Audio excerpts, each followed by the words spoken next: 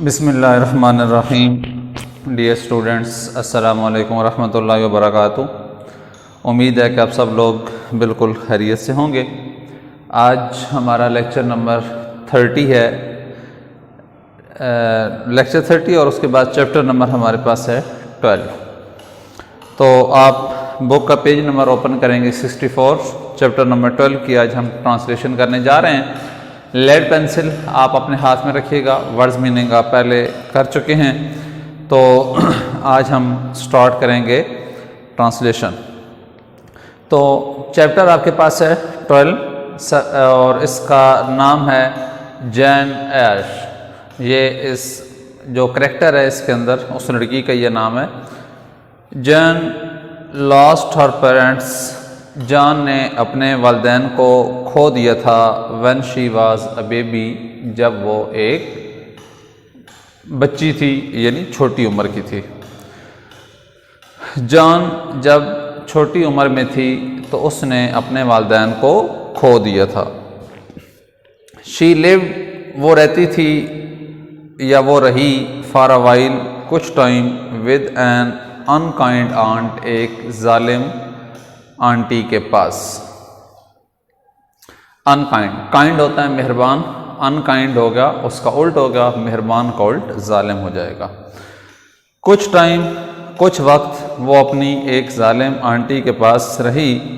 When Jain was 10, जब जैन की उम्र 10 साल हुई। हर आंट सेंड हर, उसकी आंटी ने उसको भेज दिया, टू लिव, रहने के लिए, एट स्कूल, एक स्कूल में, एट लोवुड, लोवुड के। जब वो 10 साल की हुई तो उसकी आंटी ने उसको रहने के लिए लोवुड के एक स्कूल में भेज दिया। इट वाज स्कूल, ये एक स्कूल था, फॉर चिल्ड्रन, उन बच्चों के लिए, विदाउट पेरेंट्स, जिनके वालिदैन नहीं होते, यानी ये स्कूल यतीम बच्चों के लिए था। Miss temple, the head mistress, miss temple कौन थी? हेड मिस्ट्रेस थी। वाज काइंड, वो बहुत मेहरबान थी। But it was a poor school, लेकिन ये एक गरीब स्कूल था। And the girls lived hard lives, और लड़कियां वहाँ पे बहुत मुश्किल ज़िंदगी गुजारती थीं। मिस टेम्पल वहाँ की जो हेड मिस्ट्रेस थी वो बहुत मेहरबान थी, लेकिन ये एक गरीब स्कूल था और लड़कियां यहाँ पे मुश्किल ज़िंदगी गुजारती थीं। दिस पैसेज, ये पैराग्राफ, डिस्क्राइब्स, बयान करता है, जॉन्स अराइवल, कि जॉन वहाँ पे कैसे पहुँचे। ये पैराग्राफ जॉन्स की आमद को बयान करता है। One cold morning in January, जनवरी की एक ठंडी सुबह, I was put on the coach, मुझे एक बग्गी पे लाया गया, at Gateshead, Gateshead पे, ये जगह का नाम है। And sent away to school, और स्कूल भेज दिया गया, एट लोवुड, लोवुड के। द कोच वॉज ड्रॉन, बग्गी को खींच रहे थे, चला रहे थे, बाय हॉर्स, घोड़े, उस बग्गी को घोड़े चला रहे थे। एंड द जर्नी, और सफ़र, टुक अ होल डे, पूरा दिन जारी रहा। उस बग्गी को घोड़े चला रहे थे और सफ़र तमाम दिन जारी रहा। थ्रू द डार्कनेस, अंधेरे में से, आई कुड जस्ट सी, मैं सिर्फ इतना देख सकी, ए लार्ज हाउस, एक बड़ा घर, विद मैनी विंडोज़, जिसमें बहुत सी खिड़कियाँ थीं। अंधेरे में मैं इतना ही देख सकी कि एक बड़ा घर है और उसमें बहुत सारी खिड़कियाँ हैं। लाइट्स शोन, रोशनियाँ चमक रही थी, फ्रॉम सम ऑफ देम, उनमें से कुछ में, यानी कि उन खिड़कियों में से कुछ खिड़कियों में से रोशनी आ रही थी, रोशनी चमक रही थी। I was led from the coach, मुझे बग्गी से ले जाया गया, इन टू द हाउस, एक घर में। And was taken to Miss Temple, और मिस टेम्पल के पास मुझे ले जाया गया, the head mistress of the school, जो कि स्कूल की हेड मिस्ट्रेस थी। मुझे बग्गी से उतारकर एक घर में ले जाया गया और फिर मिस टेम्पल के पास पहुंचा दिया गया, जो कि स्कूल की हेड मिस्ट्रेस थी। आर यू टायर्ड, क्या तुम थक चुकी हो? माई डियर, मेरी प्यारी, शी आस्क्ड काइंडली, उन्होंने नरमी से पूछा। मेरी प्यारी, क्या तुम थक चुकी हो? उन्होंने नरमी से पूछा। अ लिटिल मैम, थोड़ी बहुत मैडम। आई रिप्लाइड, मैंने जवाब दिया। गिव हर सपर, इसको खाना दो। मिस मिलर को मुखातब होकर कहती हैं कि इसको खाना दो। And then put her to the bed, और फिर इसको बिस्तर पर ले जाओ। She said to a teacher, उन्होंने एक टीचर से कहा। उस टीचर का नाम क्या था? मिलर था। मिस मिलर टुक मी, मिस मिलर मुझे ले गई। टू अ लार्ज रूम, एक बहुत बड़े कमरे में। 80 गर्ल्स सैट देयर, वहाँ पे 80 लड़कियाँ बैठी हुई थीं। एट 4 लॉन्ग टेबल, 4 बड़े मेज़ों के गिर्द 80 लड़कियाँ बैठी हुई थीं। डूइंग देयर होमवर्क, जो अपना घर का काम कर रही थीं। बाय कैंडल लाइट, मोमबत्ती की रोशनी में। वहाँ 4 लंबे मेज़ों के गिर्द 80 लड़कियाँ बैठी हुई थीं जो मोमबत्ती की रोशनी में अपना घर का काम कर रही थीं। There edges were from 9 to 20, उनकी उम्रें 9 से 20 साल थीं। And they were dressed alike, और उन सब ने एक जैसा लिबास पहना हुआ था। इन ओल्ड फैशन, पुराना तर्ज का। ब्राउन फ्रॉक्स, भूरे फ्रॉक। एंड अप्रन्स, अप्रन कहते हैं जो फ्रॉक के ऊपर एक छोटी सी जैकेट नुमा लड़कियां पहनती हैं। अक्सर आप स्कूल का यूनिफॉर्म देखते होंगे बच्चियों का कि उन्होंने क्या किया होता है कि नीचे फ्रॉक पहना होता है और फ्रॉक के ऊपर एक छोटी सी जैकेट नुमा सी बनी होती है, उसको अप्रन कहा जाता है। इसका तर्जुमा हम यहाँ पे अप्रन ही करेंगे। तो क्या था कि उनकी उम्रें 9 से 20 साल के दरमियान थीं और उन सब का एक जैसा पुरानी तर्ज का लिबास था जो कि भूरा फिराक और अप्रन थे। Miss Miller made me sit, miss Miller ने मुझे बिठाया। ऑन ए बेंच, एक बेंच पर। नियर द डोर, दरवाजे के करीब। मिस मिलर ने मुझे दरवाजे के करीब एक बेंच पर बिठाया। Monitors collect the lesson books, monitors सबसे किताबें इकट्ठी करो। कॉल्ड मिस मिलर ने कहा। One tall girl from each table rose, हर मेज़ पर से एक लंबी लड़की उठी। And put away the books, और उसने किताबें इकट्ठी कर ली। Monitors fetch the supper trays, monitors खाने वाली ट्रे लेकर आओ। फेच का मतलब भरना होता है, पानी भरना, उसके लिए भी फेच का लफ्ज़ इस्तेमाल किया जाता है। कोई चीज़ लेकर आना, फेच जो है दरियाफ्त करना, लेकर आना, बाजियाफ्त करना, इसके बहुत सारे मीनिंग हैं। तो यहाँ पर यानी कि इसका मतलब हम करेंगे लेकर आना। Monitors fetch the supper trays, supper रात के खाने को कहा जाता है कि रात के खाने वाली ट्रे लेकर आओ। The tall girls went out, लंबी लड़कियाँ बाहर चली गईं। एंड केम बैक, और वापस आई। कैरिंग, उठाए हुए। Tray with small piece of oat cake, oat cake होता है जौ का केक। जौ आपने लफ्ज़ सुना होगा, जिस तरीके से गंदम होती है इसी तरीके से जौ होते हैं। पुराने ज़माने के लोग उससे जौ की रोटी खाया करते थे, आजकल तो वो चीज़ ख़त्म हो गई है।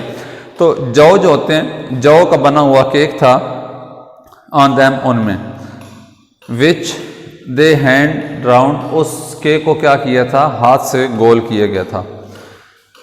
वो लड़कियां बाहर चली गईं और फिर ट्रे उठाकर अंदर आईं जिसमें जौ के बने हुए केक के टुकड़े थे जिनको हाथों से गोल किया गया था। On each tray there was 1 mug of water, on each tray, हर ट्रे में, there was 1 mug of water, पानी का एक मग भी था। इफ़ यू वर थर्स्टी, अगर आप प्यासी हैं, यू ड्रिंक फ्रॉम दैट, तुम उसमें से पानी पी सकते हो। अगर आप प्यासे हो तो आप उसमें से पानी पी सकते हो। I was to tired and excited, I was to tired, मैं बहुत थक चुकी थी। एंड एक्साइटेड, और पुरजोश भी थी। टू ईट, खाने के लिए। But I drank some water, लेकिन मैंने सिर्फ कुछ पानी पिया क्योंकि इसको शायद वो केक पसंद नहीं आया होता। एक्साइटेड तो बहुत ज़्यादा थी, थकी हुई भी थी, लेकिन खाया कुछ नहीं है। आफ्टर सपर, खाने के बाद, वी हैड प्रेयर्स, हमने नमाज अदा की। ये उनकी अपनी नमाज की, इबादत जो भी आप कह सकते हैं। वैसे हम प्रेयर से मुराद नमाज लेते हैं, लेकिन ये चूँकि गैर मुस्लिम लोग हैं तो इनकी अपनी इबादत है, तो इसको हम नमाज नहीं कहेंगे, इबादत का लफ्ज़ इस्तेमाल करेंगे। After supper we had prayers, रात के खाने के बाद हमने इबादत की and then we went to bed और फिर हम सोने चले गए। The bedroom was very long, bedroom बहुत लंबे थे, सोने के कमरे बहुत लंबे थे। लाइक द स्कूल रूम की तरह, स्कूल के कमरों की तरह सोने वाले कमरे भी बहुत लंबे थे। On each side there was a row of beds, उन कमरों की हर तरफ बिस्तर की कतारें लगी हुई थीं।